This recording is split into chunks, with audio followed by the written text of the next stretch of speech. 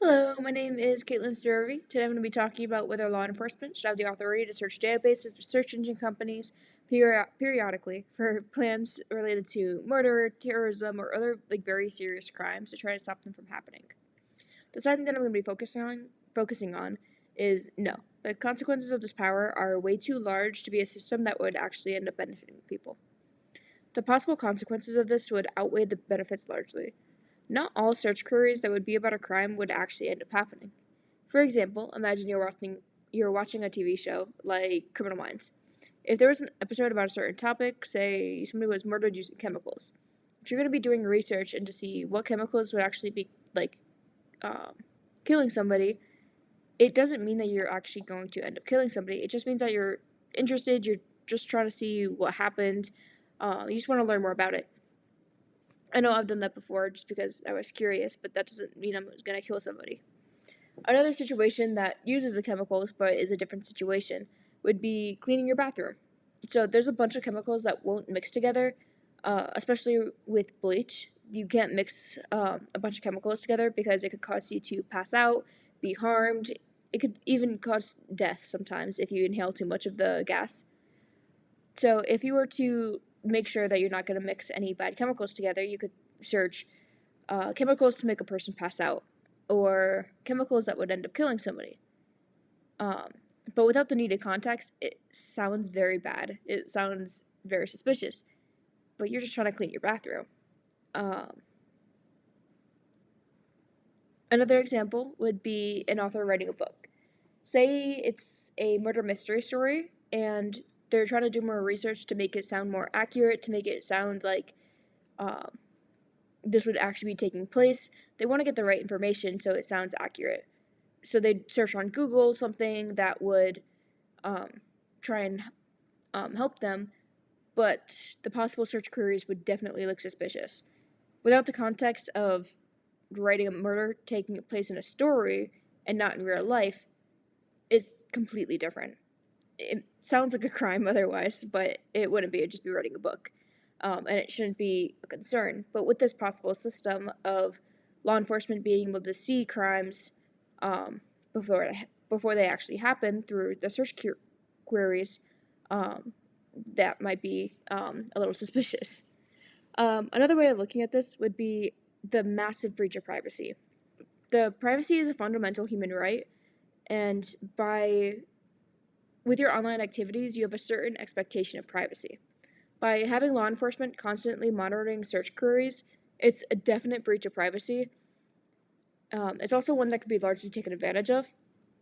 Even right now, police have databases that could find people's personal information, their vehicle information, like previous crimes, social media, and it won't happen very often, but it has happened before where there are certain police officers that could search for the data without a warrant to find personal information, say like an ex-wife or like somebody they're dating. They could find possible information on them, which it's not right, and there are consequences for that, but it is something that occurs.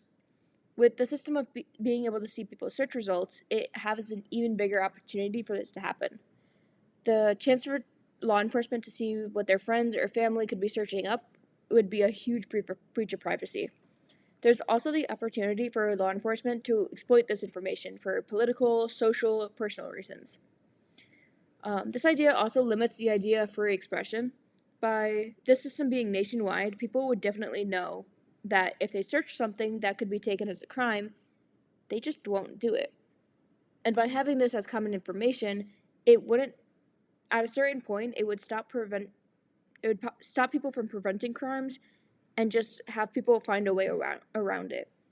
With multiple things, say the TikTok ban in schools.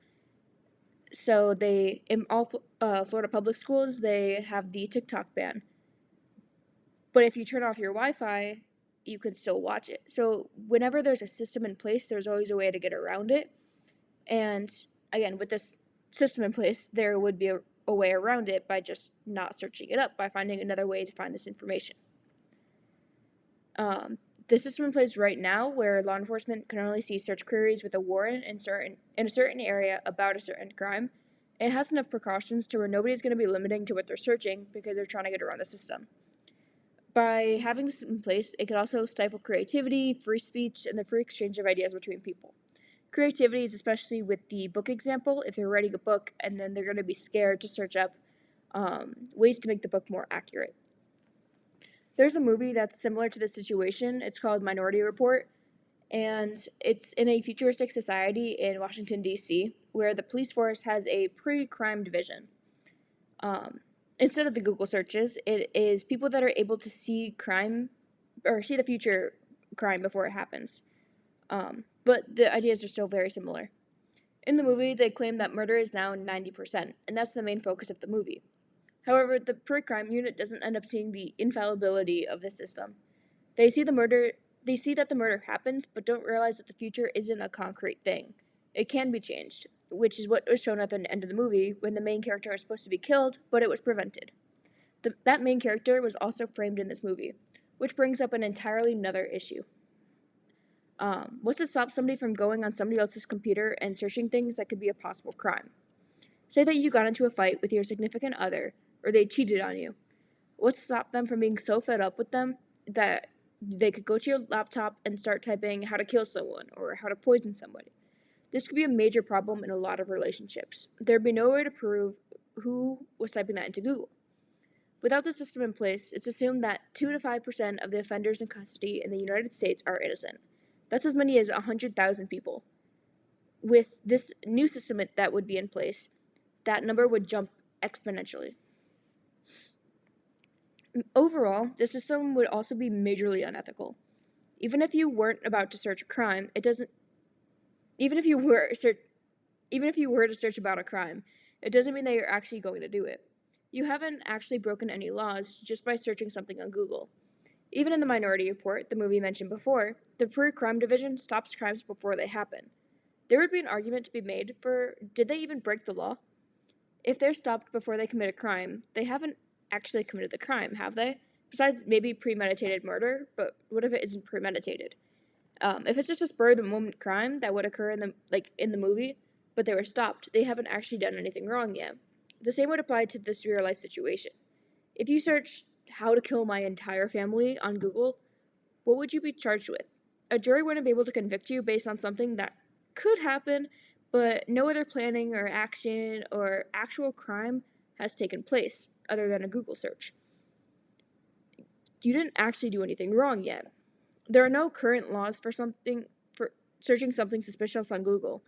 If there were to be a law similar to this, it would be a huge breach of individual rights and would be highly protested. Also, there are already existing investigative tools that can be used to investigate and prevent crimes. There's no need for this broad, invasive surveillance system. If anything, law enforcement should be refining and improving these tools before creating something like this, which is an extremely flawed system and many room for errors. Overall, by giving this type of nationwide authority to law enforcement, it would be majorly unethical, there'd be complete lack of privacy, the capability for framing is extremely high, and there's just no proof that a crime was committed or was ever going to be committed. Thank you.